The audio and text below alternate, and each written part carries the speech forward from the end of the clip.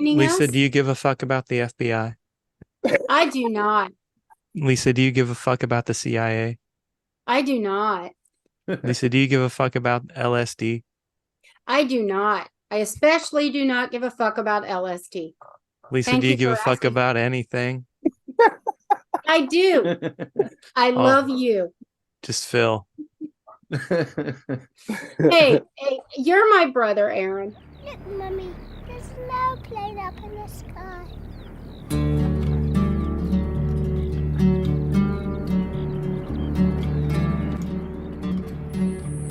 I'm flying.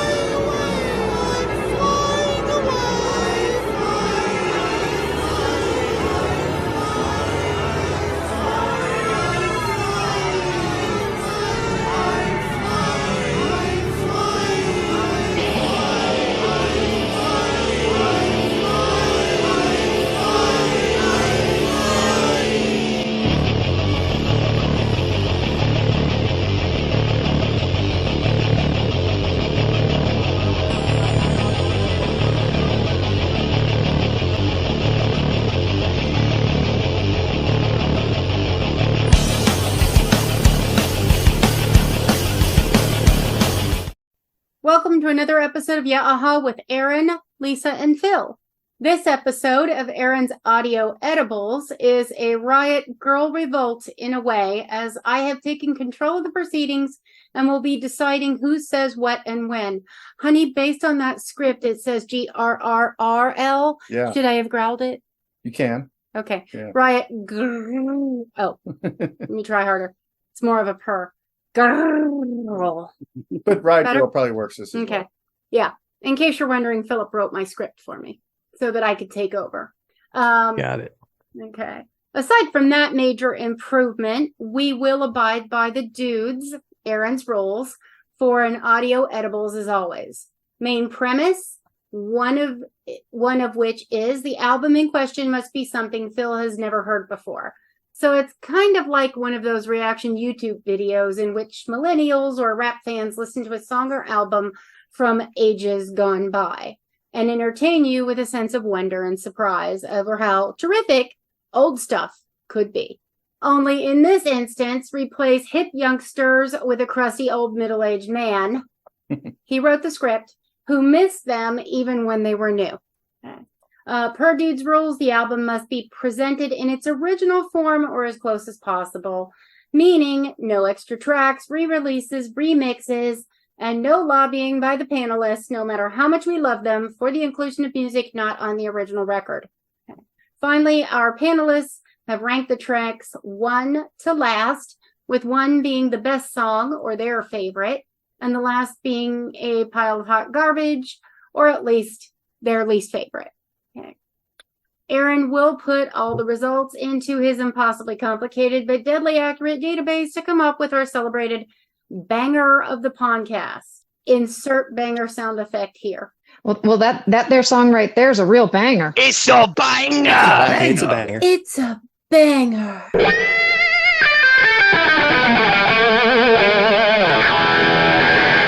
Oh, Google sorry. Sheet. It's just a Google Sheet.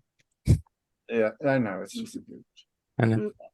We know. We're trying to build. I'm, Yeah. I'm dropping in some seasoning. Yeah, Aaron, quit raining on Phil's parade. With all that done, let us introduce our guest. This week, we have the pleasure of being joined again by Mike Hilbig, one of our all-time favorites.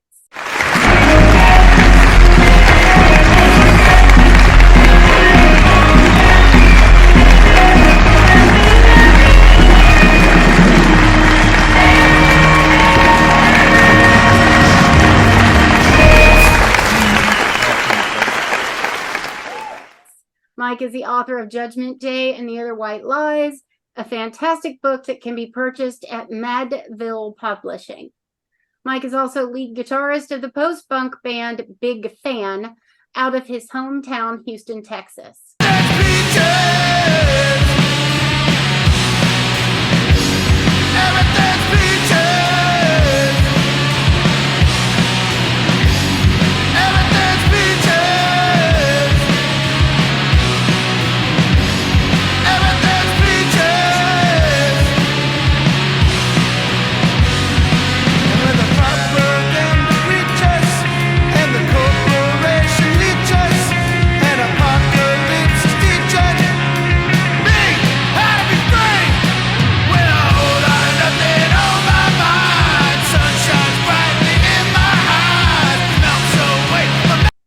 Most important, Mike has become a good friend to YUH and a great contributor to our musically oriented shows. Welcome, Mike. What can you tell us about the album you have brought tonight? So I brought Independent Worm Saloon by the Butthole Surfers, and I think it's just it sort of marks a shift in their career. Like I think like their earlier stuff was much more sort of well, they have sort of different. Every album's very different, but their earlier stuff sort of is a little bit more arty and weird. This is like sort of their first sort of, I believe, like foray into sort of making a pop sensible album, and but it still has all the characteristic weirdness of the Butthole Surfers. Not quite as noisy as some of the earlier stuff, but pretty noisy. So I just really like this album and thought we should dissect it. That's basically. Yeah. Do we want to do a little bit about the band first? Let's do a little bit about the band. Yeah. Okay. Because they are from Okay. Mike's home state. The Yeah. band was formed in 1980. Oh, hun, why don't you do that part? Okay, well, yeah, I'll start here. The band was formed in 1981 and from San Antonio, Texas. Independent Worm Saloon's their sixth studio album. I guess the most famous member of the band is probably Gabby Haynes, because he's like a really good interview. You know, he's very charismatic, kind of crazy, you know, the stream of consciousness type of guy. He grew up in Texas with a father who actually was on a television show, a kid's television show. So he kind of grew up around entertainment. So he really read into the characterization of this stuff. So the sound of the band is sort of you know, it's hard to define because it's so diverse.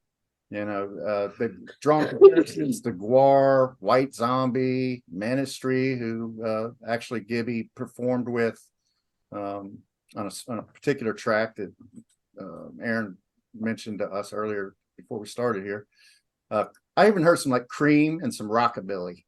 Now, if I may interject here, I believe that what it means when there are that many references to a band's style, that means they are their own style. Yeah, I'd say. In my I agree opinion. with that. Yeah. Which is the Yeah. members of the band are Gabby Haynes, Paul Leary, who's a guitarist, King Coffee on drums, and Teresa Nova, who seems to be a platonic member that would come, you know, join them, then leave them and come back again. So Now, didn't I see something about a female member of this band having passed away recently? I don't know. Yeah, their drummer did. That was her, Teresa Nova. Yeah, Teresa Nova. Yeah. Okay. Oh, So sadly, her Yeah. most recent exit from the band won't will probably be permanent. be the last.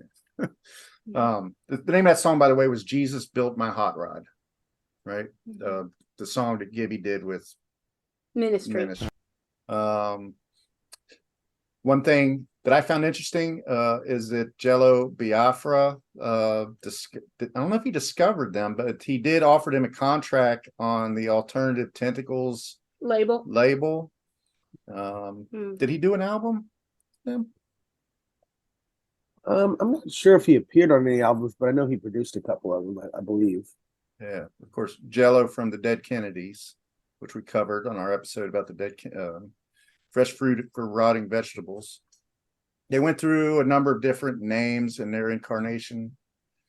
They last fact that I found interesting about Gibby, that I'll bring up at least, was that he was playing with Johnny Depp at the club or the night River Phoenix died, I guess in the alley of that club or out in front of it in Los Angeles. The Viper Room?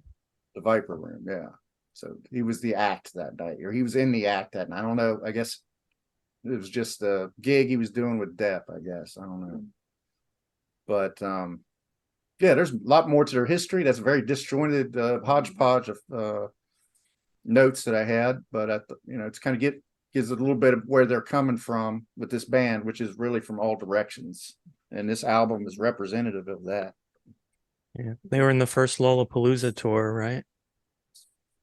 I think so, yeah. Yeah, they might. Yeah. I think so. And I saw Gibby naked at the last show of the second Lollapalooza tour when Eddie Vedder and Anthony Kiedis pantsed him on stage. Nice. That's my I, Gibby trivia. So you yeah, do. no, I saw the Butthole Surfers at South by Southwest at like 4:00 in the morning in somebody's backyard, which was pretty Nice. fun actually. Yeah. Wow. In somebody's It was- backyard. Yeah, we were heading home, like we'd been out since like noon that day, and it's like 1 or 2 in the morning, and we get a text message like we're walking home, and like it was like Butthole Surfers. Man, it's probably been like 10 years at this point, but it was like well after their sort of heyday. But yeah, they were like playing a house party in somebody's backyard, and we got to see them at like 4 in the morning. It was pretty fun. That's I mean, they were glorious. not great at that point, but they were like, it was still fun seeing the Butthole Surfers in somebody's backyard at 4:00 in the Yeah, morning. yeah. Yeah. So yeah, it was Even fun. if they're not at their nadir, it's Yeah, still, cool to see one of your favorite bands, Right. or even just a band you really know well. yeah, for sure. And especially because you might even actually be able to talk to one of them. Yeah, I don't remember talking to any of them, but it was also super late, and it's Mhm. was just Yeah. tired and probably a little bit drunk or whatever, just like Yeah, thanks. hanging out all day. Yeah, but it was fun. It was a cool experience to see them. Like we were dead tired. We were like ready to turn in for the night, and then it's like, well, I guess we have to see this. So we went. Oh yeah. Oh yeah. Yeah, I think even I would let my friends drag me to something like that. Yeah. Yeah. I think I read that they only had one song that ever really, it might have been Pepper, that entered like the top 100 on the charts or something at one point. Yeah. Well, Aaron mentioned that earlier, so Mhm. Yeah. Yeah, and when she said she knew there was one Butthole Surfer song that she liked and it's not on this album, I said, oh, that's probably Pepper. In the sun sometimes, the images it shows. I can taste you on my lips and smell you in my clothes. Cinnamon and sugar and softly spoken lies. You never know just how to look through other people's eyes. Right. Yeah. That's like well, their- go ahead, Luke. Sorry. Oh, I was trying to get Alexa to play the album, Alexa, and stop. she was playing music by them, but not the album. And there was one song there were 2 songs that I liked actually, but neither of them was on this album. So Interesting. Yeah, I think I think they were sort of symbolic of like sort of in the early mid 90s or whatever. Like this album I think is 93, and Pepper was on Electric Ladyland, which was 96, I think. But they were they were sort of they were given some sort of celebrity status after like a long career of people really liking them in the underground. So I think they were like sort of like the early 90s, mid 90s was sort of an interesting time where really weird stuff kind of got mainstream appeal, and I think they're sort of emblematic of that in some ways, like the fact that a band called the Butthole Surfers, who did mostly like weird noise, like drug themed music, like got really famous for like half a second in the mid 90s, is like that was like kind of the only time that a band like them could have been famous. So it's sort of an interesting thing about them, I guess. Yeah. I will say this also, what I find fun about the research I was doing with our assistant is every time I asked for the band by name, she beeped it. So it's Butthole That's Surfers. funny. It is. Yeah, right. Mhm. So I saw this interview. I was telling Aaron, I saw this interview that Wayne Coyne was conducting with Gabby Haynes. And during that interview, they talked very much about stars they had met. And like they'd met the Rolling Stones and they had met, just different artists in the business. But they were talking about it from the perspective as if they were not famous themselves. So I felt like they seemed to maintain a sense of, knowing where they came from. And were very much kind of awestruck by some of the people that came across, not the least of which was John Paul Jones, who actually produced this album of Led Zeppelin. So that was of extreme interest to me. And I have some quotes here about when, they're from, is it Paul Leary? Is that the guitarist? Yeah, I think that's just, Yeah. Yeah. Well, when he met Jones, he said, John fucking Paul Jones, he said. The words exploded out of Paul's mouth. Larry talks in torrents, words fumbling over each other in a rush to get past the native Texan's tongue.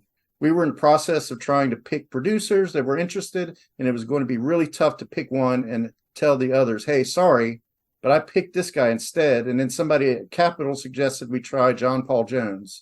And when they suggested it to us, we cracked up laughing. Oh, yeah, right. John Paul Jones is going to rush over here and produce our record.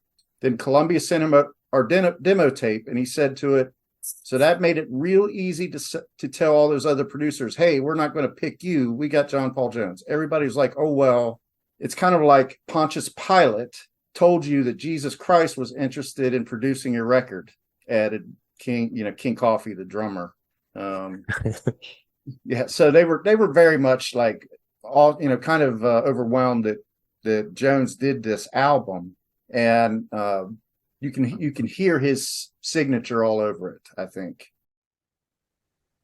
Yeah, for sure. They're a band that has, like, every one of their albums has very different feel to it. I feel like Independent Worm Saloon is sort of their opus. Like, I think that's their best album.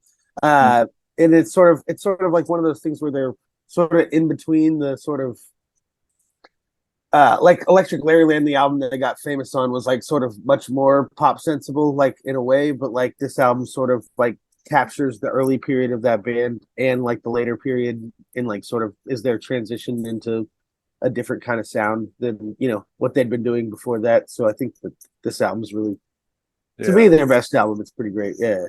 So it's their second on Capitol Records. And the other thing was like, okay, we've made it. We're on the same record label that the Beatles once were before Apple, I guess.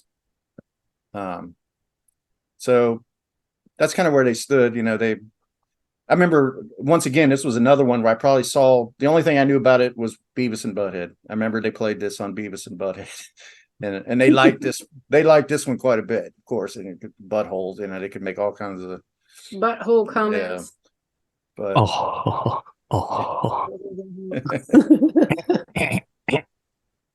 not bad, man. Put that. Yeah. Philip actually brought Beavis and Butthead on recordings of Beavis and Butthead to our first date, and yet Nice. he's still here. That was a good call, wasn't it? Apparently, he also had the sense to bring The Life of Brian. Monty Python's The Life of Brian. Yeah. One of my early dates was the Beavis and Butthead movie, Do America, I think it was called. Yeah. Oh yeah, I remember that. All right, Lisa. I feel like, I don't know. Do you guys have any more background on the band to shed before we dive into the album? Well, like they mentioned in their in Gabby Haynes' Wikipedia page that he actually lived with Timothy Leary with Al Jorgensen for Ministry for some period of time. So, they're kind of well known for being sort of a in the fringe sort of druggy scene sort of stuff. So, like, that's sort of their one of their claims to fame. Claim to fame. Yeah, I think Al Jorgensen was the first one to give heroin to Lane Staley. Okay. Oh, that's Ooh, there's something to go on in Ominous. history for. yeah. Well, yeah, and I know Gibby Haynes had a pretty. I mean, I don't know where he's at now with it, but he's had a pretty notorious like struggle with drugs for a long time, like sort of on and off them, for a lot of years. But yeah. I found him to be pretty lucid in the interviews I saw with him, and like Yeah, but some people can cover that. Yeah. Or maybe he was lucid for the interviews and got high after. well, it might have expanded his mind, made him Yeah, more. maybe. Anyway, Okay. Aaron, you got something else to add? No, there's some pretty crazy Gibby interviews out there. The one where they're in bed's pretty nutty. Yes and no. Yes, in as In much that. as I have, But no, in that, I haven't. I guess that's, I have one cigarette left, by the way. Could I borrow your lighter, my friend? You don't want the cigarette? No, I have a Marlboro. They're inferior. They are inferior. I would prefer a Rothman's, if you dare. I offered you. I shall I offered take you you up on that last offer. one. I was confused at first, thinking that I'd seen a car wreck, perhaps a cyclone lowering itself from the ceiling and wisping away 3 or 4 older women, and then their bloody heads had been, one of them got on that diner poster, and then the De Niro thing had what this deal had come out of here was this tongue out of De Niro's mouth over here, and it had shot woo over Woody Allen, and see, they would look like they were making out on posters across the room. Okay. We'll look at that. Yeah, the one that I saw, the guy who was hosting the show, he was on, what do they call it? It wasn't Headbangers Ball, but it was Something MTV. some, yeah. 120 minutes. He was trying to out Gibby. It seemed like he was trying to be more radical and so maybe that. Maybe that was a part of it. Yeah. Yeah. Yeah, I mean, I think he's like a pretty smart guy. He tends to come across that way in interviews, but I've seen some stuff. Like, there's a documentary, I can't remember. I didn't watch it in preparation for this, but I watched it several years back. And there's a documentary about their early career, and he's pretty twacked out through most of it. Sort of just, he says smart things, but he's also obviously very high through most of that early period of the Butthole Surfers. Yeah. Okay. I think they used to set themselves on fire a lot too, because they'd put lighter fluid in the cymbals and light it and then hit it. And That's always popular. Mm-hmm. That's So why another did thing they that the call Flaming themselves Lips the stole Flaming from them. Buttholes? Flaming Buttholes would have been a good name Well, and Maybe accurate. that's what the Flaming Lips are. Could be. Exactly. Oh, never mind.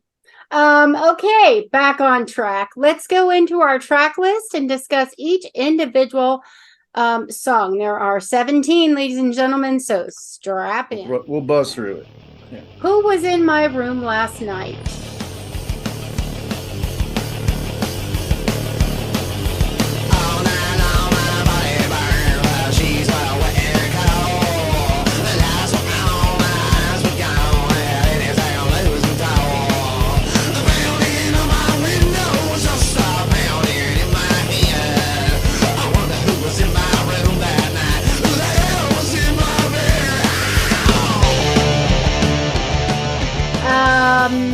Mike, since you're the guest, you can start.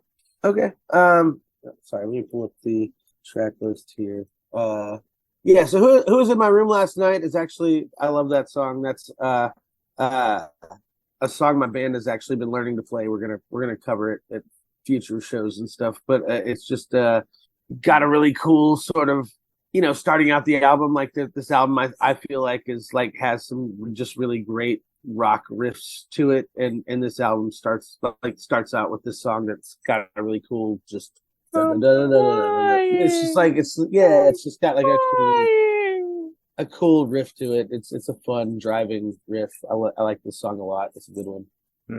Yeah. Aaron? Yeah, this was their big MTV first hit. It's the one that Phil would have seen on Beavis and Butthead. Yeah. And this song's dope.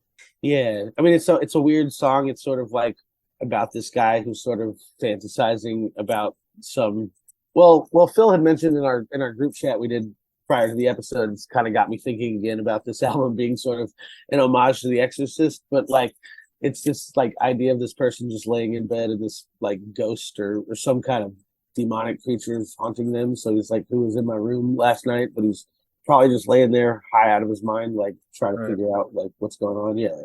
Could have been paranoia, could have been drug-induced paranoia, or it could be metaphysical, or it could be, just worried about what the hell you did the night before, not knowing or remembering what it was.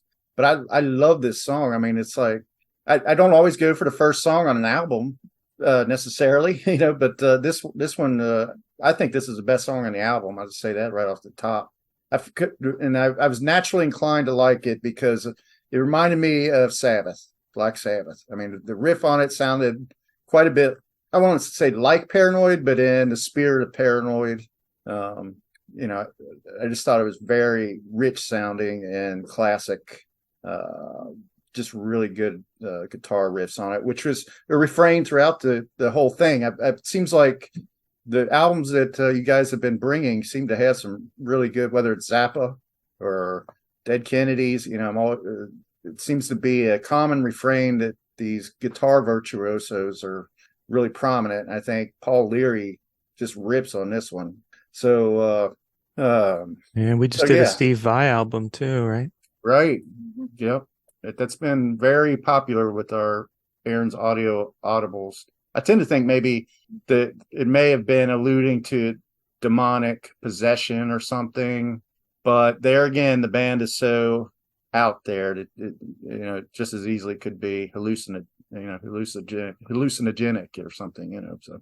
But yeah, I really love that one. Aaron, you want to take us into the wooden song?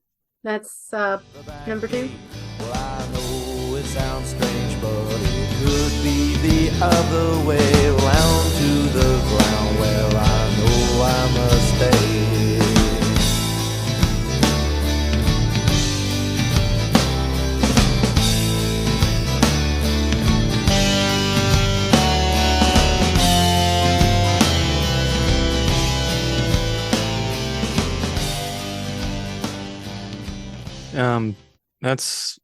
I always like that one. It's sort of a slower, maybe a little bit even country one, but yeah, it's the one, Tell Me a Good One, Maybe I'll Die. Lately I've been dancing in ceiling fans. This song always gets stuck in my head. It's an earworm. Yeah, it's definitely it's interesting because the first song is super driving and that one sort of takes a step back and it's like acoustic. Yeah.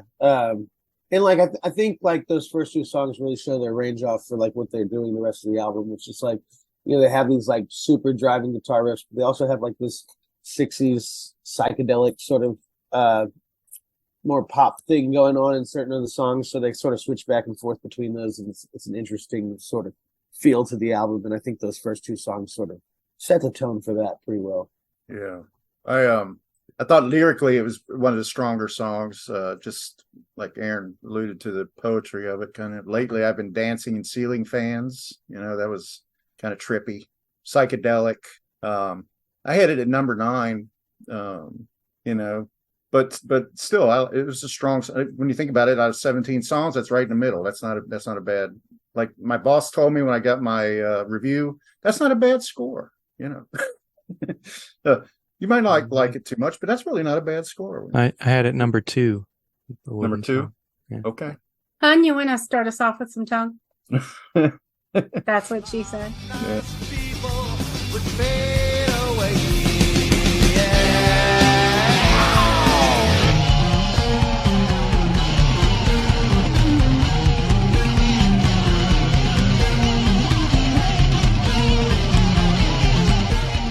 That's song number 3, Tongue. Oh, the song. Okay. You lost me there. I started to daydream a little bit. But there was a lot of tambourine at the beginning. Tongue. I noticed that. That was interesting. This as Lisa would say, the cacophony of sound. You never know what's going to come at you, but the tambourine at the beginning was interesting. It had sort of a crosstown traffic sound to, I always thought this was like a punk band or a post-punk band almost exclusively, but it turns out, And it's That's not just not because of Turns out John they're a Paul drug Jones. band. They're more of a drug band, They're psychedelic band. right? But I do think they're doing something different, like than other sort of famous psychedelic bands, right? You think of like Yeah, the absolutely. Grateful Dead or some of these jam band type things. Like Butthole Surfers have a much more nihilistic. Like they're not. The message is not like doing that kind of stuff to like get some greater inspiration. It's just sort of like we're we're just gonna do it. It's fun. Yeah, we're just gonna do it because nothing means anything. Sort of feel to it. So it's like I don't know. They're sort of they have an update on that era of music, even though they're channeling it, but they're doing it in a different sort of noisy sort of way, and they sort of have like a different sort of more nihilistic message about it. It's like I don't know that I agree with it, but it's interesting, like as an artistic statement. So yeah. Mm-hmm. Yeah, I think I probably going to keep coming back to this, but the Flaming Lips just picked up on everything that the Butthole Surfers were putting down. Yeah. And they're another band that's like right smack in the psychedelic hard weirdness. Yeah, for sure. Yeah. But yeah, I think of them as Okay. like two cut from the same cloth, Cousins. So this is Yeah. very much Play first Oklahoma, cousins, the Oklahoma in a Texan, special the way. Oklahoma Texan cousins. makes sense. So this is definitely. You said you had this on your MP3 player, iPod. This was Me? regularly. I had the CD. Yeah. I can see This that. is back in the CD days. It was in regular. Right. Put in I the know slot. I had Wayne Coyne once, right? Yeah, yeah. Was it Yeah, more than just a photo op, or did you get a chance to talk to him at all, or what? It was just basically just got to say hi to him. It was an album premiere where they did a special show and then a meet and greet after. So yeah, I got a photo with Wayne. Oh, that's cool. Cool. Yeah. Okay. You want to take Chewing George Lucas's chocolate?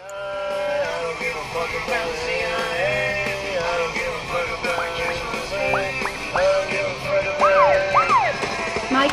Yeah, well, this is sort of like an audio clip that's pretty funny, but it's they're getting pulled over by the cops and they're like, "What are you doing? Chewing chocolate?" Like, it's like but it leads into Goofy's Concern, which is probably actually my favorite track on the album. I just like love that.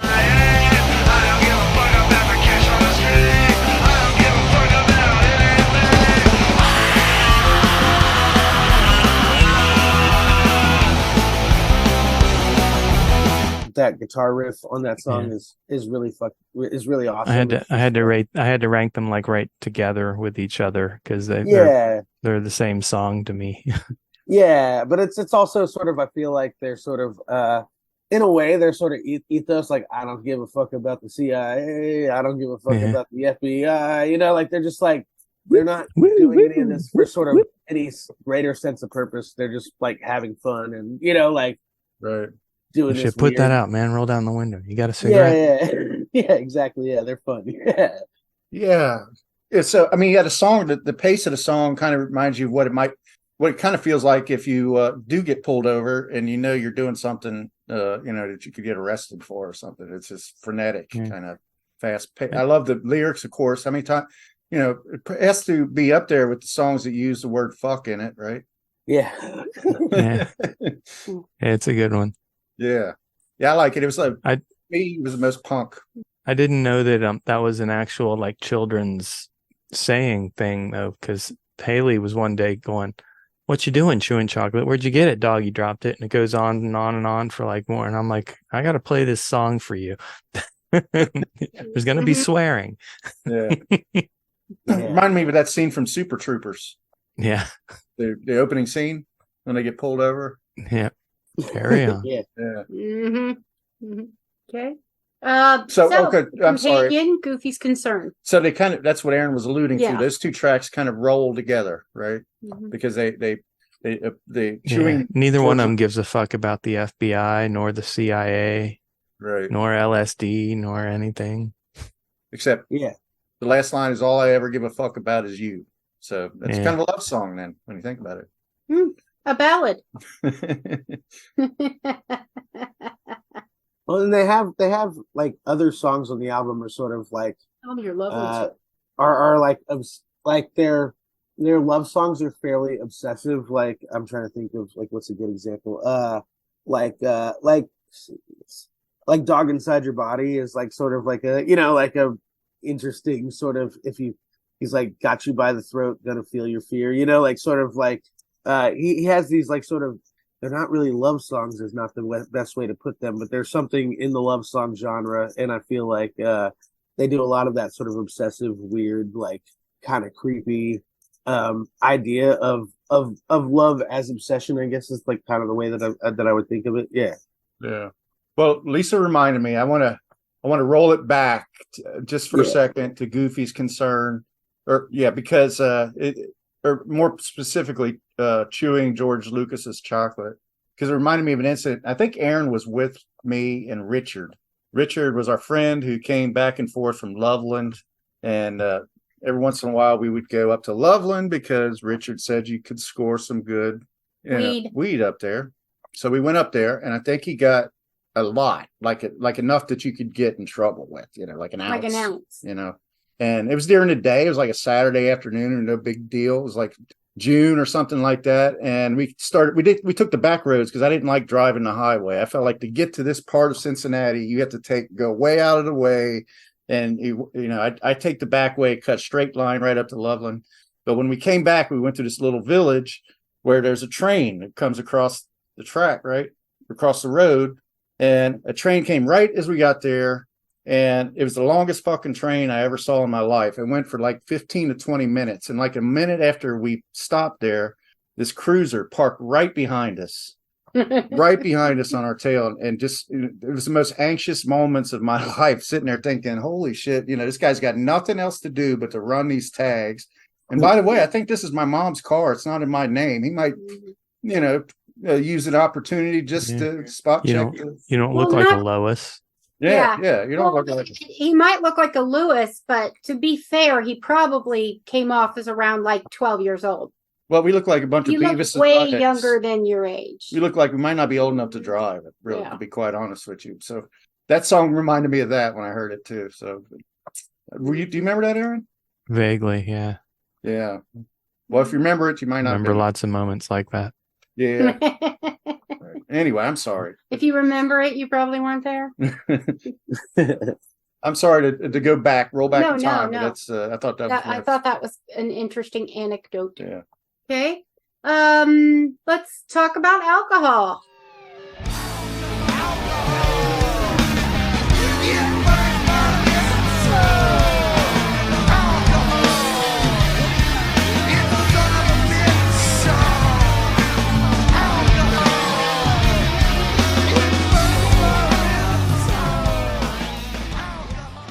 I mean, like this album's so good. It's probably, I think I have it ranked number 5. It's a son of a bitch. 5 or 6, but this song is really great. I mean, it's like, it really feels like getting drunk, like in a sort of like when you're drinking to just avoid your problems. Like it's just like got this like strange slurry sort of sound to it, and it, it's like the sound of getting drunk as they're saying alcohol, bump, bump, bump, like it's like this is, God damn it, I'm going insane. It kind of feels like, if you've ever gotten extremely drunk, like that's sort of like how this song feels. It's called Alcohol. It's pretty good one. Yeah. I've found myself at home in the morning with absolutely no idea how that happened. Yeah. Well, it seems like Gibby's lyrics, it seems like it's your home. He's being intentionally sloppy when he's saying alcohol, and it's just like it's a visceral, everybody knows it who's ever been falling down drunk before, you get to that point. Yeah. I have it ranked number 5. I thought, that's pretty high for, it's got like a good score. Yeah. You may not like it. That's a really good. That's better than that last son of a bitch that was in here. So I've got it number 5 as well. Yeah. So it's up there in the songs in this album. It's a pretty good one. Yeah. Kind of incongruous, discordant. I could see this like your 4 o'clock thing. I could see this being very popular. I had it number 8, but I could see it moving up or down. Yeah. I can see Belushi singing that in Animal House. Well, it's got the fun, like Gibby sort of alludes to this earlier time in music in a lot of his lyrics, like the hey baby, don't you, like it's like he does this like earlier rock and roll thing, but like an update on it that's like sort of strange, and again, druggy and weird and sort of nihilistic, but he's still doing those sort of same. I feel like this song is an example of that, like that hey part. It's like that's kind of like similar to like lyrics in like early 1950s rock and roll songs, but he's like changing the way that it's the context in which it's presented, which is interesting. Yeah. Mm-hmm. Yeah. Okay, Dog Inside Your Body. Everything you do, I want to be there when you feel them cutting through. I feel you, I need you, I want you. I know you love me, I hear you call. You know I'll be there, but after all I have seen you do inside your bed. You alluded to this before as something of a love song, but it's something in an obsessive way. Yeah, I mean, this song is pretty. I mean, I think it's kind of creepy and effed up in a way, but it's also sort of sexy and like the vocal on it really like if we're talking about Jello Biafra, like sort of discovering the Butthole Surfers, like this song reminds me of like how the vocal effect is on his voice, and like Buzz Bomb is a song that I can think of, but it's got this like really high pitched weird vocal thing he's doing, which obviously has like some kind of like synthesizer effect on it, and it's a cool song. I like the song. It's an interesting, strange love song, but not really love because it's sort of creepy and obsessive. But like that's kind of what he's channeling. I feel like, yeah. Aaron, what do you think? Yeah, I love this song. I never really knew the words before. You never leave a note. You got a dog inside your body. It's got you by the throat. Okay. Yeah. Honey? I feel like it's got a kind of a thrash metal intro. Aaron, since he likes it, he might not like my reference there, but I thought so. But the guitar feedback and vocals give it kind of a threatening 9 Inch Nails or Marilyn Manson feel. I really love you. I want to feel your pain. The dog seems to be something that like eats at a person and needs to get out. Yeah, this is I like this one. I had this like I think I had a number 7, which Steve Vai would like. He put that thing on a big album or collection, number 7s.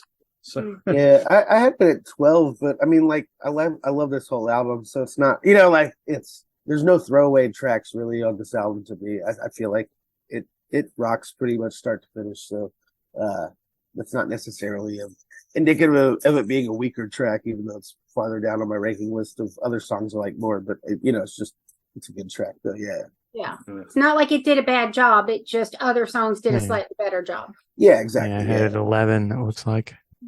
Yeah. But you see how like today I sent out 3 versions of my list. That's because this song moved up. Actually, that's Okay. the song that moved up when I heard it. I was cutting grass today. I was giving it my last listen, and I said I like that a little bit better than where it was. Okay. And you want to take Strawberry since we just had some strawberries? Too many times you try to sound like your kind of man.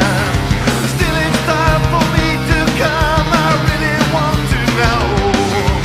Is it time for me to come? Time for me to go? Still, one is not allowed to imagine. For dessert? Yeah. So I feel like the band is very diverse. It's kind of like our podcast, and that we do all kinds of shit. We don't just do one. Yeah. We don't stay in one lane, Right. which we're working on. I was trying to figure out which new age or new wave band that this song Strawberry kind of remind me of. I mean, it had the good guitar work, it had everything that we like about the album, but the vocals reminded me of like I was trying to identify it. I don't think I got it, but like Bad English or the Verve or something. I mean, it was just like the lyrics, the tempo of the lyrics and everything. Never mind what he was saying. Just the sound of the voice reminded me of something from mid to late 80s. The riff to me sounds like if you took a Sonic Youth song and like added some metal distortion to it. Like it's like it sort of has that sort of Sonic Youth sort of riff to it. It's like or like even like Velvet Underground. This one and the Clean It Up also has a Sonic Youth vibe to it.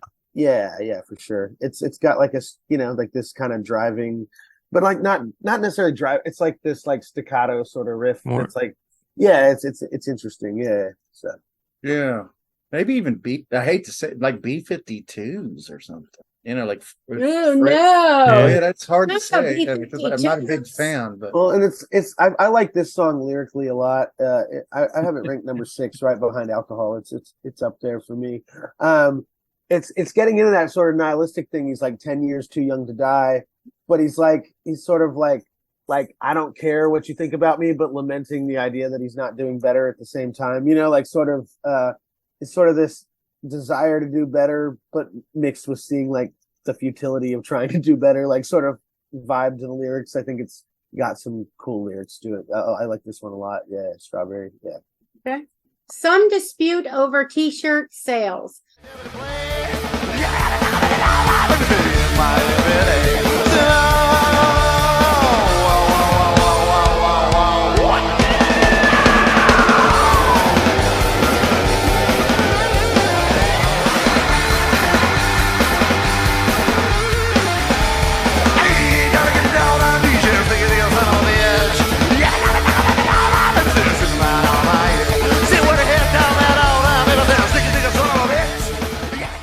I had the worst time trying to get Alexa to play this song.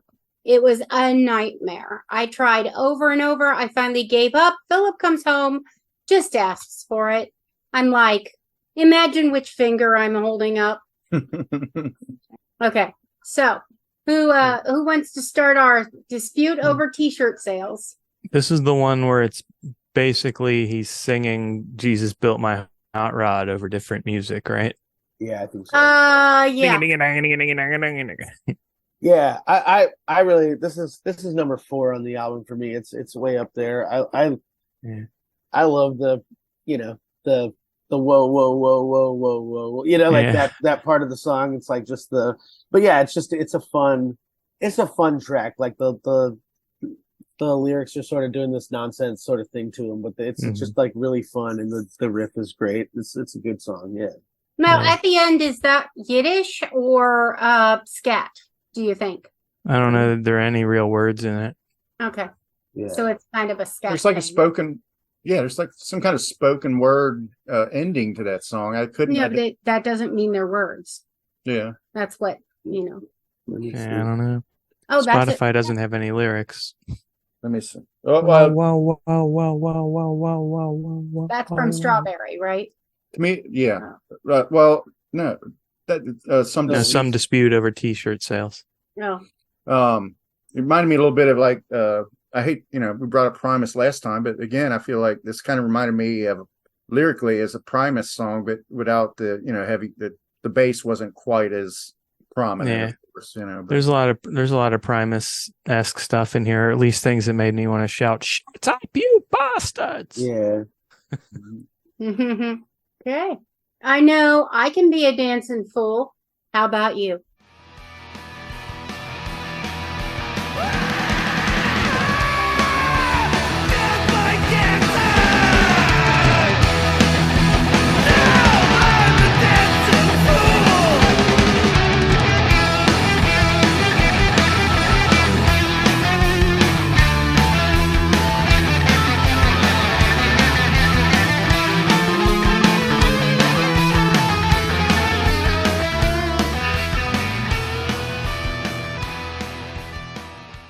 Mike? Yeah, let me pull up my notes on this one. Yeah, I like this song. It's this one, Phil said earlier, sort of reminded the first one sort of reminded Black Sabbath. This one really has a Black Sabbath metal-y sort of It's kind of Pixies-ish too. Yeah, yeah, but it's got this sort of, metal sort of, intro to it. It's a fun song. I like this one. Yeah. Okay. Aaron, you don't know me.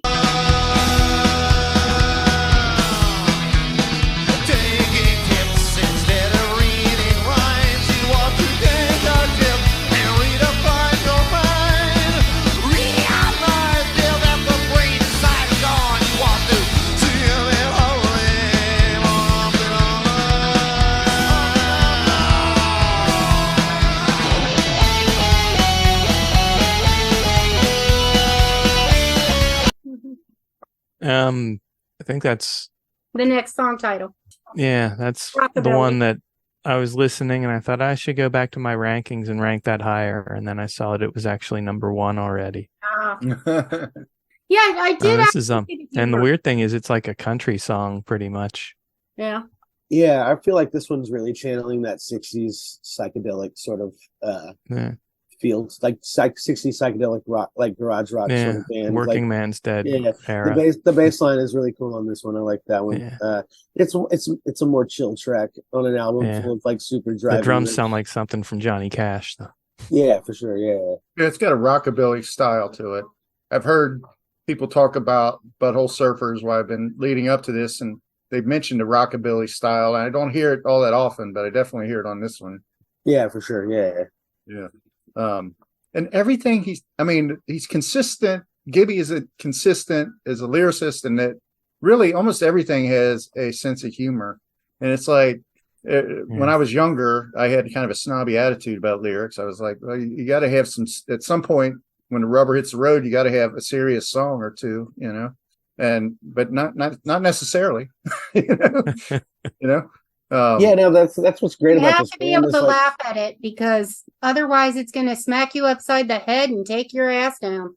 Well, what I like about this band is they sort of like I said, I don't know that I necessarily agree with their overall message necessarily, but I think they make a good case for this sort of strange nihilistic view of the world, and like the lyrics are mostly pretty good, but they're not really channeling any like larger meaning or getting you to like look at your life in any sort of deeper way. It's like sort of like, we're just gonna have fun and get fucked up, and and that's all there is to it, sort of vibe to the lyrics. And like a lot of these songs sort of have that sort of, they're clever, but they're not necessarily saying anything deeper. They're just like kind of actually calling people out for doing that. It's kind of an interesting thing about the Butthole Surfers.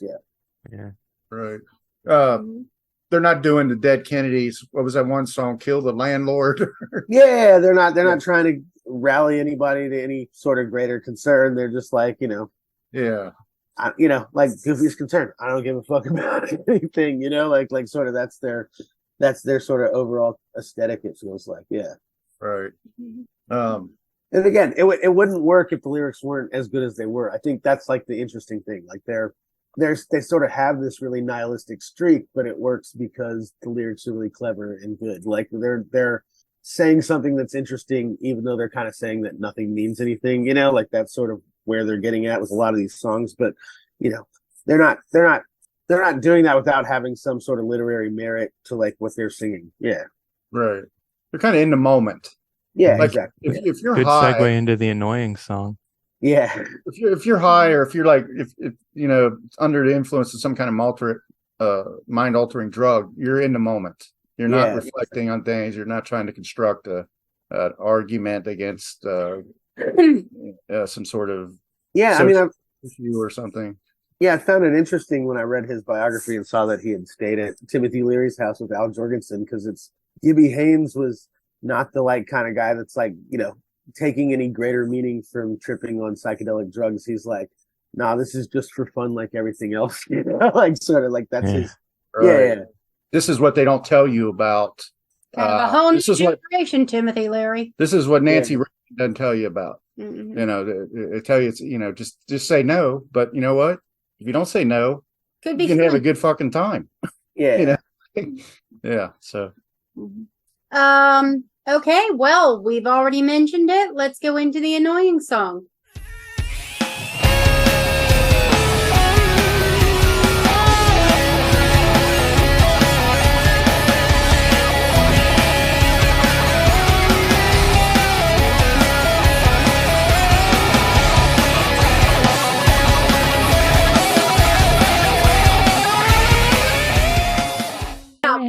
My question is this universally considered annoying, or?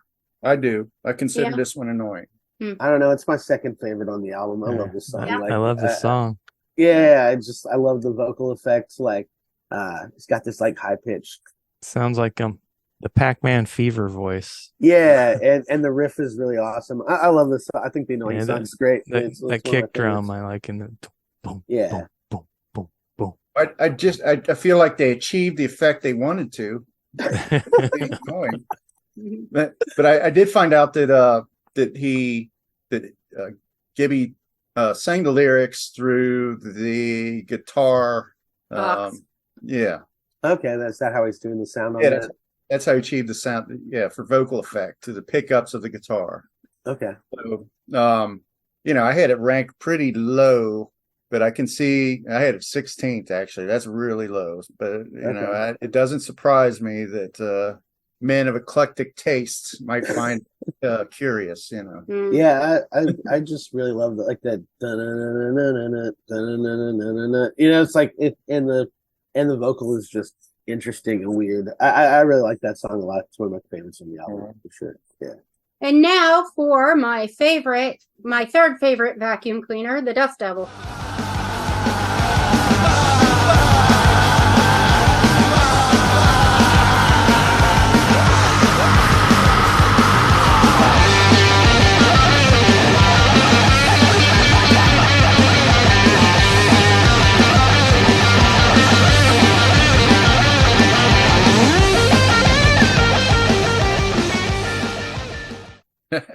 Don't ever fuck with the Dust Devil. That's right. Yeah. Okay. The power of an upright in his goddamn hand. Does it actually say that Yeah. in the lyrics? Yes. Oh my God, that's funny. Yeah, Oftentimes I can't tell what the lyrics are saying because the music is so loud that Yeah. I literally can't hear the lyrics. If you got Spotify up there, if you click the microphone icon, it'll show you the lyrics. Okay. And it'll I'll sync have them to- if it can. Honey, you'll have to show me how to use Spotify. We'll do. Do we This have is Spotify? We do. Okay. This one's a good example of like why I love this album, because I have it ranked number 9, right? And that feels too low when I say that out loud. Yeah. But then I look at the I songs feel like had I ranked this too low too. Yeah, Pound but of turkey at the liquor store. But I looked at the songs ranked above it, and I like all of them a little bit better. Like this is just a really great song, and it's like midway down in the album, and for me, and it's still really fun to listen to. Really Got great guitar solo in it too. Right. Yeah. Well, it's tough. That's a good album. Makes you make these tough decisions. We're going to go see ZZ Top in August. They're from Houston. That's Yeah. Rumor spread round. Right. Paul Leary and once that said, Texas town. right. I wish I could see him with Dusty Hill, though. That kind of sucks. Oh man, Yeah, but I would love I to know what I'm see talking about. Dusty Hill is Red. Just let me know. That's If you the one. Who is it? Are they the ones that do the title song to the British Gangster Show? no. Oh. No. To the No, you're thinking Red Right Hand Red by Right Hand. Nick Cave. Yeah. Oh, okay. Never mind. Oh yeah. Dusty Hill was their Yeah, a lot of nice girls. there was 3 members. It was a trio. You had 3 members of ZZ Top. You had Dusty Hill, Gibbons, and Those two had beards, and then the guy named Beard did not have a beard. right. It was too obvious. I get it. But Paul Leary once said, and I guess this is a Texas thing, but he once said ZZ Top was his favorite band to an interviewer. But then he followed up by saying, I've never heard one of their songs, but I'm from Texas, so they're my favorite band. So, but I actually hear a little bit of ZZ Top and Dust Devil. I could see ZZ Top doing a song called Dust Devil, about. Dust Devil. Yeah. One of those little rolling things. It would have to have some kind of sexual double entendre. Of course, But, because it's ZZ Top. Right. But, Power of an upright in his goddamn hand. Oh, yeah. Right. I missed that the first time around. So, yeah, I felt like it was definitely not an homage to ZZ Top or anything, but I felt like that kind of tied in a little bit. And I had that like at number 8. Yeah. Which one are we talking about? Dust Devil.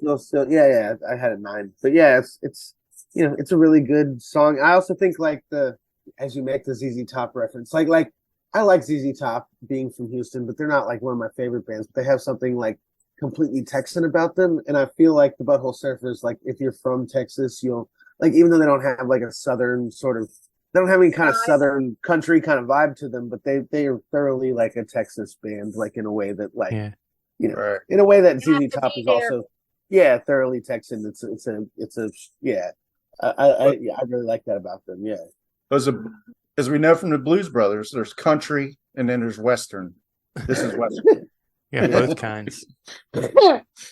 Okay, Philip, leave me alone.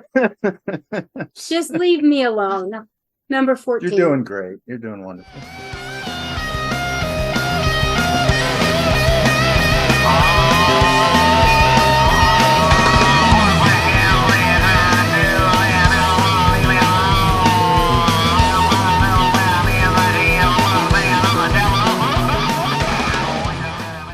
Thank you. Yeah, beautiful. Number 14 on Leave Me Alone.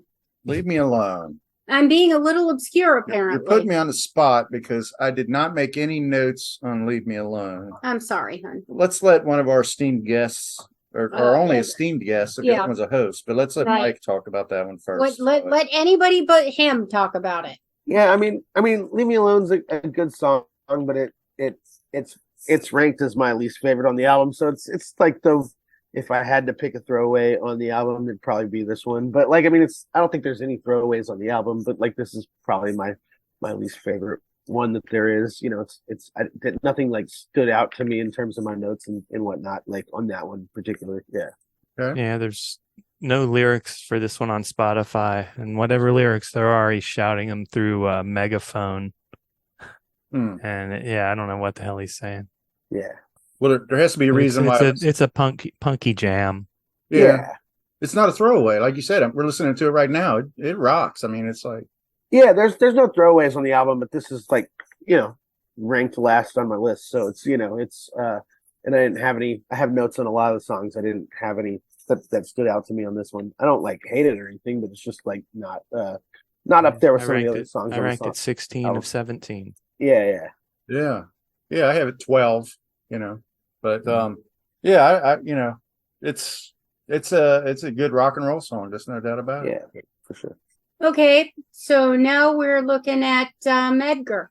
Edgar, not Medgar.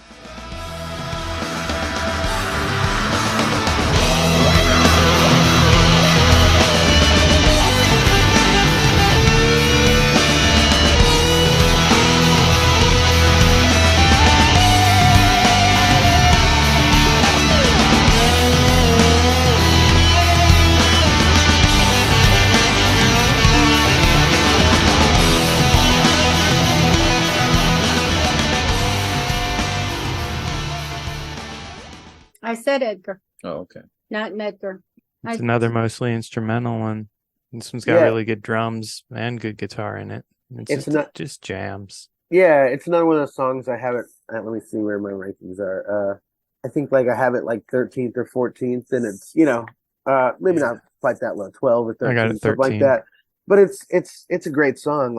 I love listening to the song. So it's when I see that on my list, I'm like, well, that should be ranked higher. And then I look at the other ones that I like them better. So it's another one of those songs that just speaks, the low rankings almost speak more to the strength of the album than the high rankings do, because every album has a lot of or not every album, but all of the albums I love have 3 or 4 awesome songs on it. And I feel like this one at 12 or 13, this song's great, so yeah, it's one of those kind of tracks. Yeah. We had a guest on recently, CJ Plain, bills himself as the music god. And he has a podcast called The Noise Report. It's really good. But he just did a number of interviews with, I would say, some fairly prominent, he has a top 10 list, a bucket list of people he wanted to interview. And apparently he's not interviewed Devin Townsend yet, which I think would probably throw him into complete apoplexy. Yeah. But he has done 6 out of his 10. But the one he wants most of all, the one that's next on his list, I guess, is David Gilmour. And the playing on Edgar reminded me just a bit of David Gilmour's guitar playing. And Paul Leary's guitar playing seems to be sort of chameleon-like, and I feel like he's got the talent to go, back and forth to these different styles, the eclectic, the diverse styles represented on this single album with, seamlessly. He's able to do that. I mean, he's a really good guitarist. It kind of blows my mind, the different guitarists. Steve Vai is this polished, absolutely commercial, Franz Ferdinand or somebody. He's just completely finished product. But we have all these guys that are not as famous or for whatever reason that are so incredibly talented to be able to play these styles. And I think Leary is one of them. Mm-hmm. So I think this reminds me of Pink Floyd a little bit, especially early Floyd, maybe. But then early Floyd wouldn't be Gilmore, would it? Nope. So. Okay, now we come to the Ballad of the Naked Man.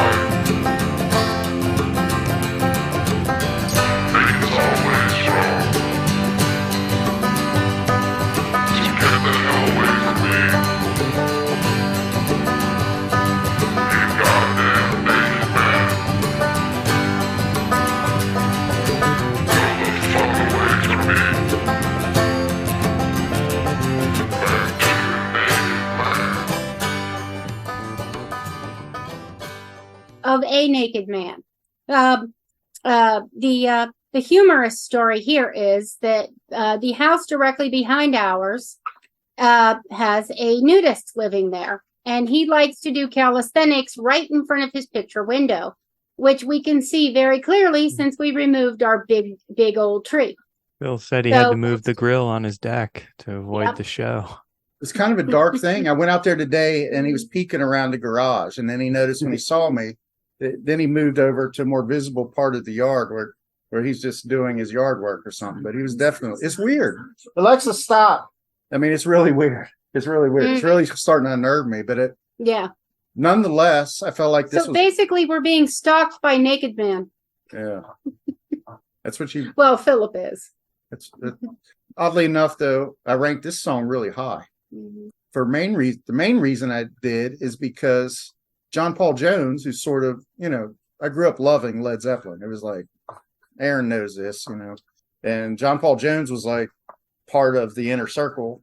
Well, a lot of people believe he's the most talented member of Led Zeppelin.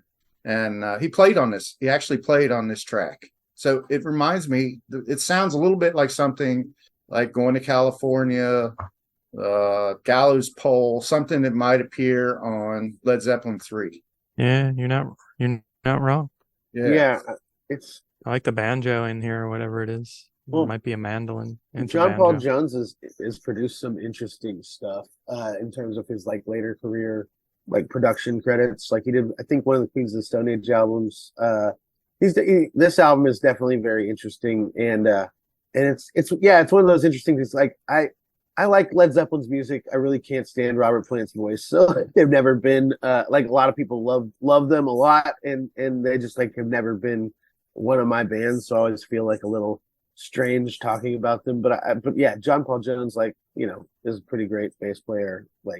Does some pretty interesting stuff musically. And he's definitely done some interesting producer credits on out. He doesn't produce a lot of albums, but the ones he produces are always, I guess, you wouldn't necessarily expect it out of somebody out of this legendary rock band, right? Some of the stuff he's produced has been kind of off the beaten path, sort of interesting, strange stuff. And this album is sort of before the Butthole Surfers really became famous. And it's it's probably their best album, but it's just, it's not as familiar as Electric Ladyland to a ton of people who paid attention to Butthole Surfers for 20 minutes in the 90s. So yeah. Well, I mean, and John Paul Jones, he was not included when Page and Plant did their reunion in the late 90s or whatever, and he was put off by that a bit, and he probably did have a fire in his belly to try to assert himself in other creative areas, in the wake of Led Zeppelin. They said about him, this is coming from Gibby again, but they said about him, and I think it was a Rolling Stones interview.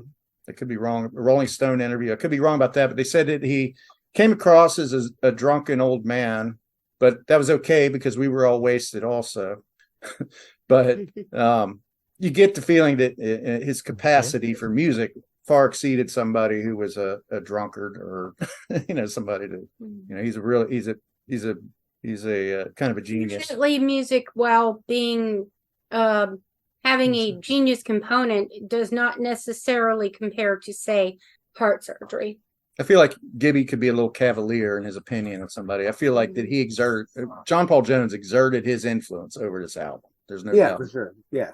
Well, and it sounds very, like I said, this is like sort of like, I think a lot of bands have these albums like that are like, I guess this is technically a later career album, but I feel like because they got famous shortly after this album, it's like, this is the one that really shifts from like being this arty, noisy sort of rock band to like doing some stuff that's just more, in the hard rock sort of popular rock wheelhouse, but like it's still thoroughly strange and Butthole Surfers. So this album is like, it's that great middle ground, right? It's not as quite like trying to be a radio hit like some of their later Lady stuff. Sniff. But it's like some of their early stuff is like really noisy and arty and out there, and like, you listen to it, it's interesting, but like you don't get the same, like you can't like tap your foot to it and like bang your head to it sort of the same way you can this album.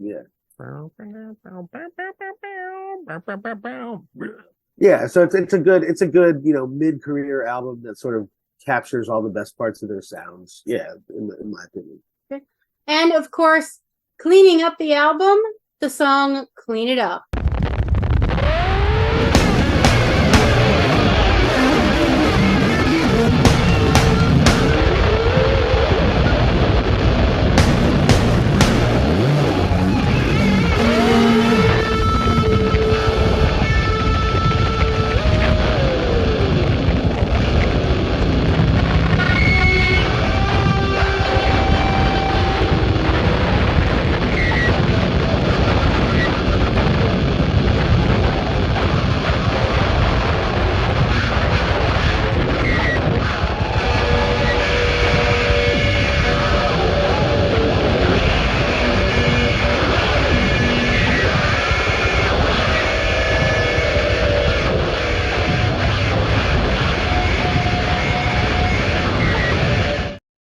Got some zippity doo dah, Godzilla, and a long guitar solo.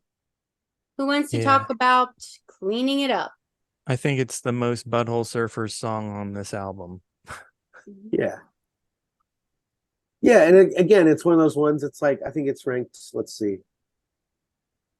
I think I have it ranked 14th, right? So it's like down there on my list of songs that I really like on this album, but it could fit on any Butthole Surfers album. It's still a really great song. It's still fun, and you're right about that. It definitely has this one could be put on any of their albums.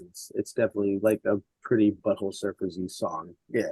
I mean, like they don't have like, I had it number 9. Looks like the Butthole Surfers are interesting because they have this unique sound that's like anytime you hear one of their songs, it's one of their songs. At the same time, they have a lot of variation in the kinds of sounds they do, so they don't have like one particular sound that you're like, but this song might be, in like, as Aaron points out, like this song might be the closest to that, right? Like it's, if you were to pick a Butthole Surfer sound, this might be it. I had it number 15.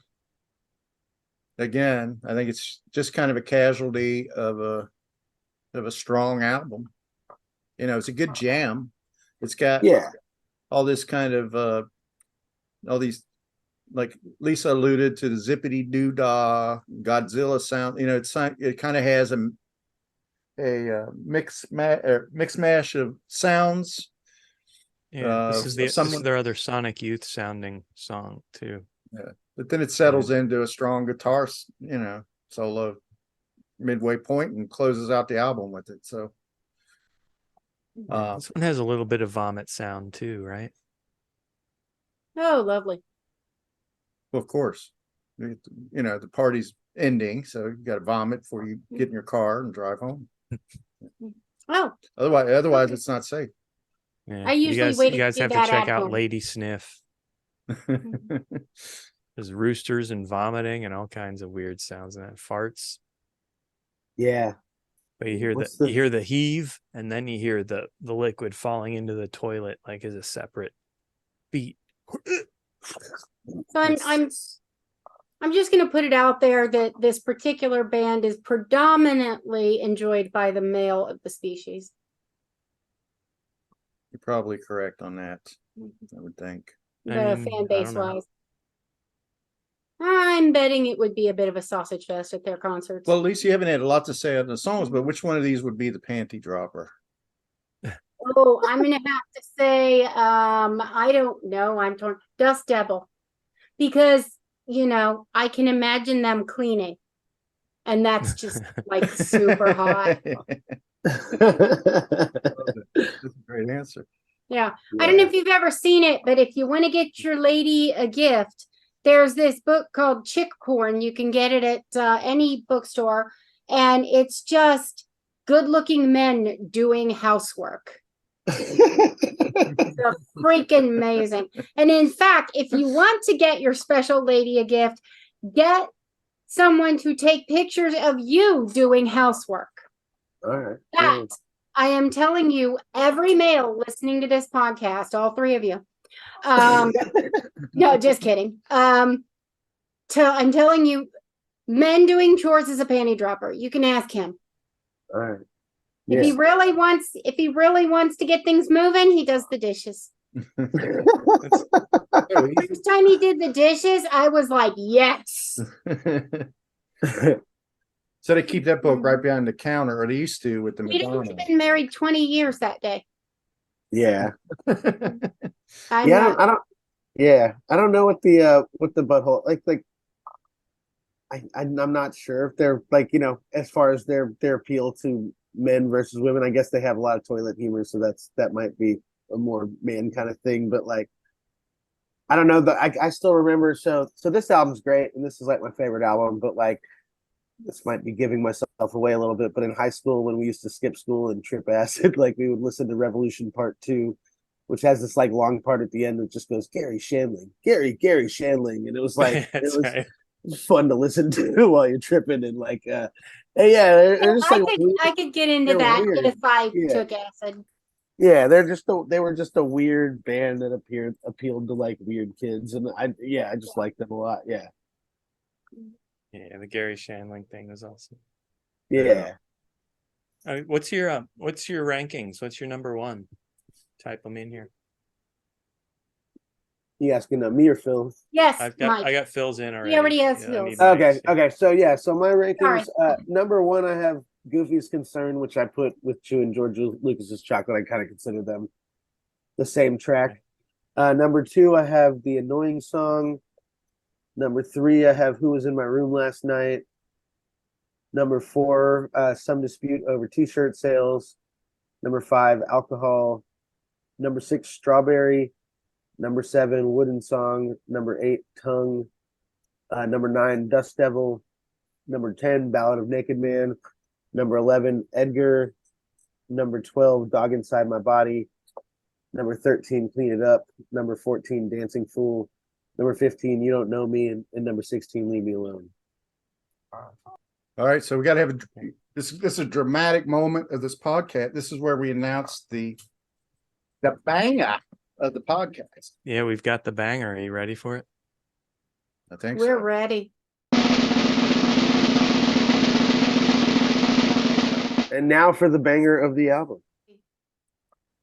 It is Goofy's Concern. Well, that their song right there is a real banger. It's a banger. It's a banger. It's a banger.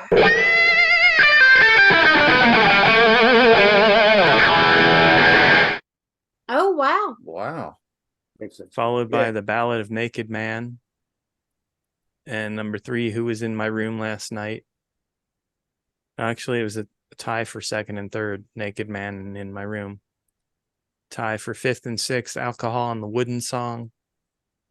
So Seventh Goofy is The Naked Man Annoying in My Song. Room. Eighth and ninth, a tie for Dust Devil and Strawberry. 10th, Some Dispute Over T-Shirt Sales. 11th and 12th, Tongue.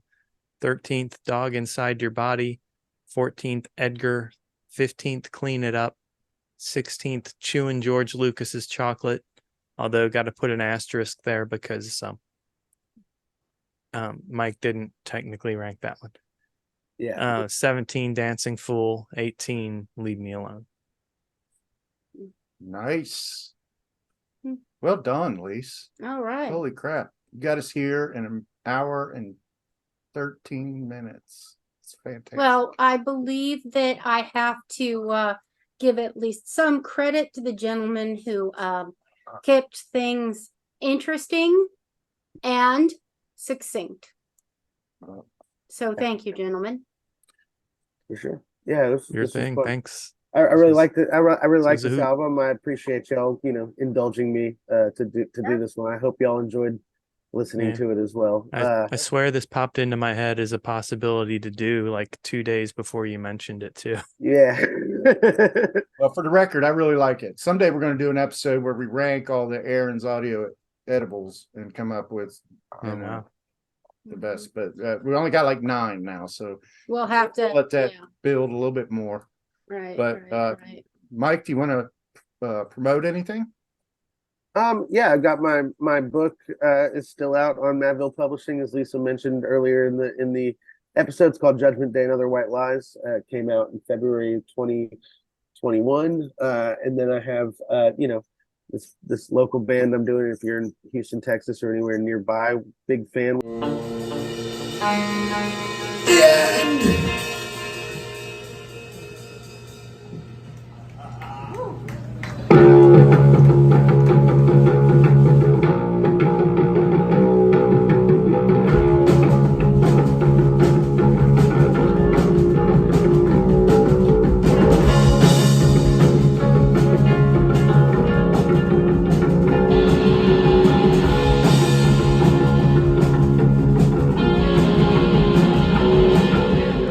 Shows coming up in the near future, but we will be out playing about. We just recorded a 6-song EP that should be out.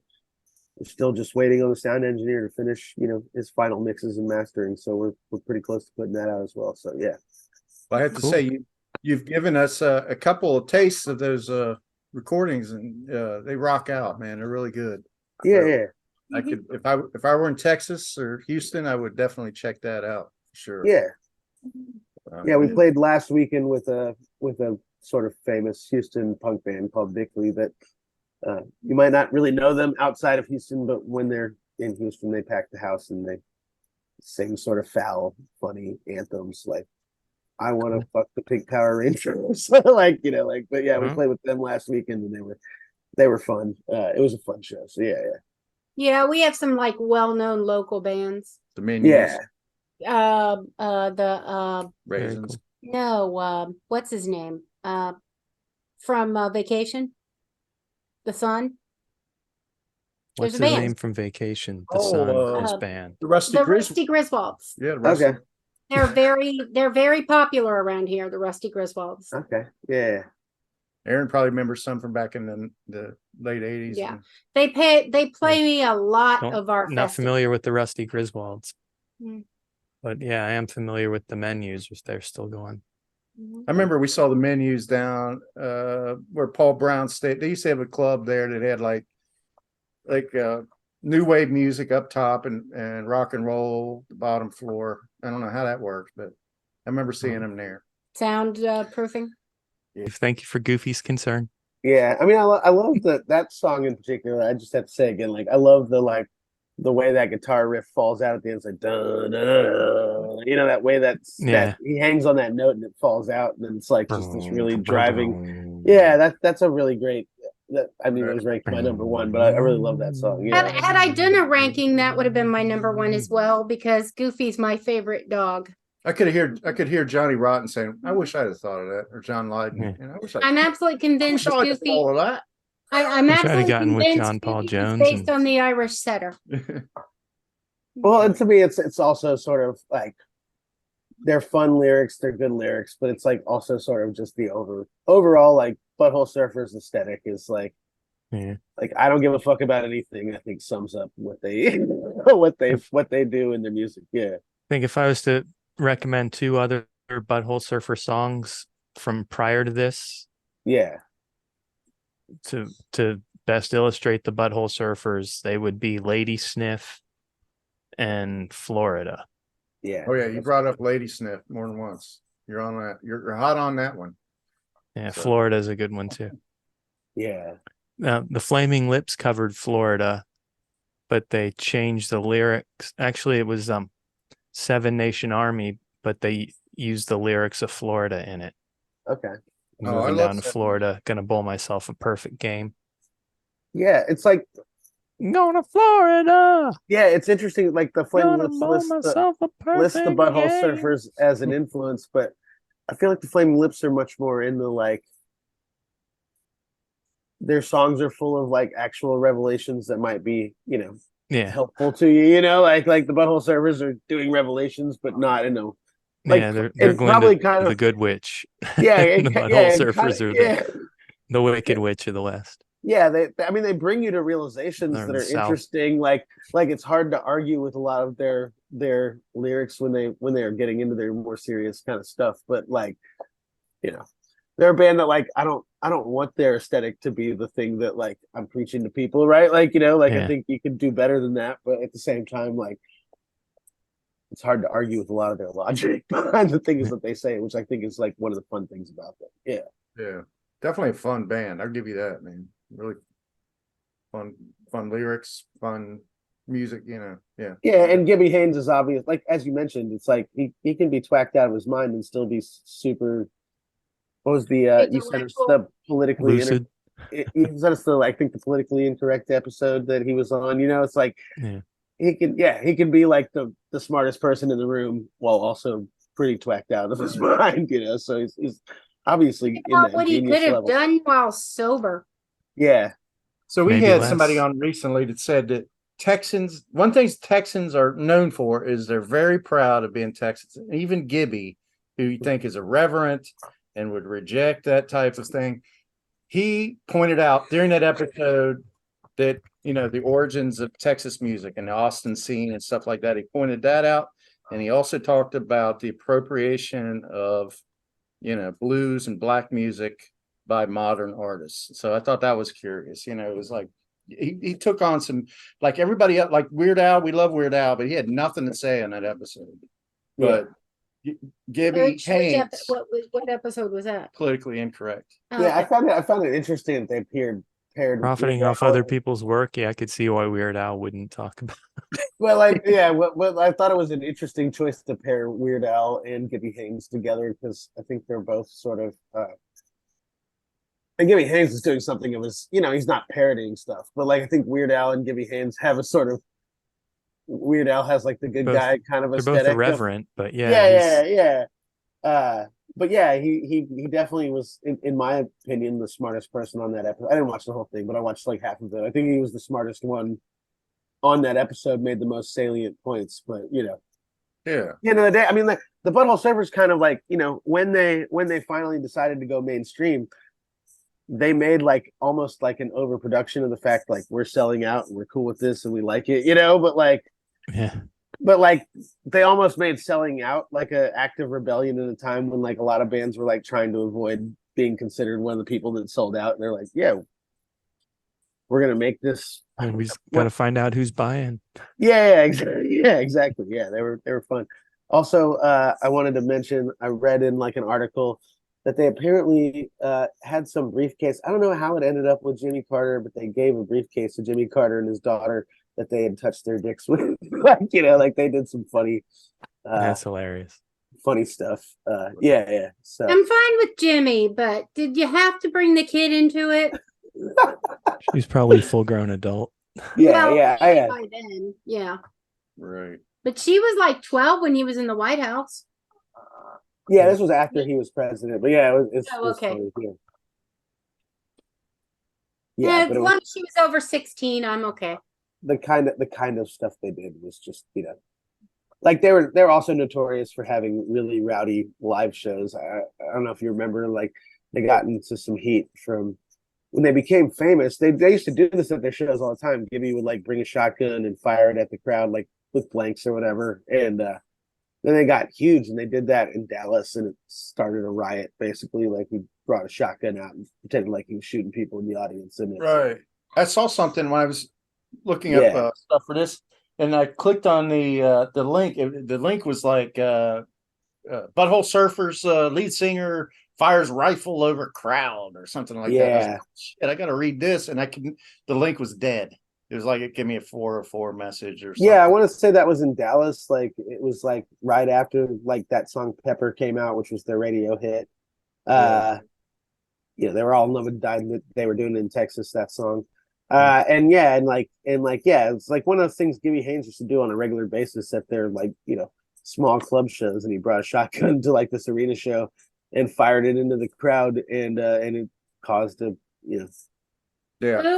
I get your a riot of certain proportions. And then he was like, well, I've always done this. He's kind of like unapologetic about it, and the media sort of had a I mean, they were also like wanting to scare people over a band called the Butthole Surfers becoming famous in the first place. So they were like, they're just they're just an interesting act that's really, to me, they're really Butthole Surfers. Yeah, they're really emblematic of like, it doesn't happen all the time, but like occasionally in music, I think it happened in the 60s to some degree, and then in the 90s again. It's like occasionally the really off the beaten path stuff gets to be the most popular stuff, and they're like Nirvana was the biggest band in the world, and it's still kind of a strange thing because they were like a sludgy grungy band that was like emblematic of a lot of the bar band stuff that was going on at the times, and the Butthole Surfers are like sort of also in that it's weird that a band named the Butthole Surfers who did a lot of drugs and had weird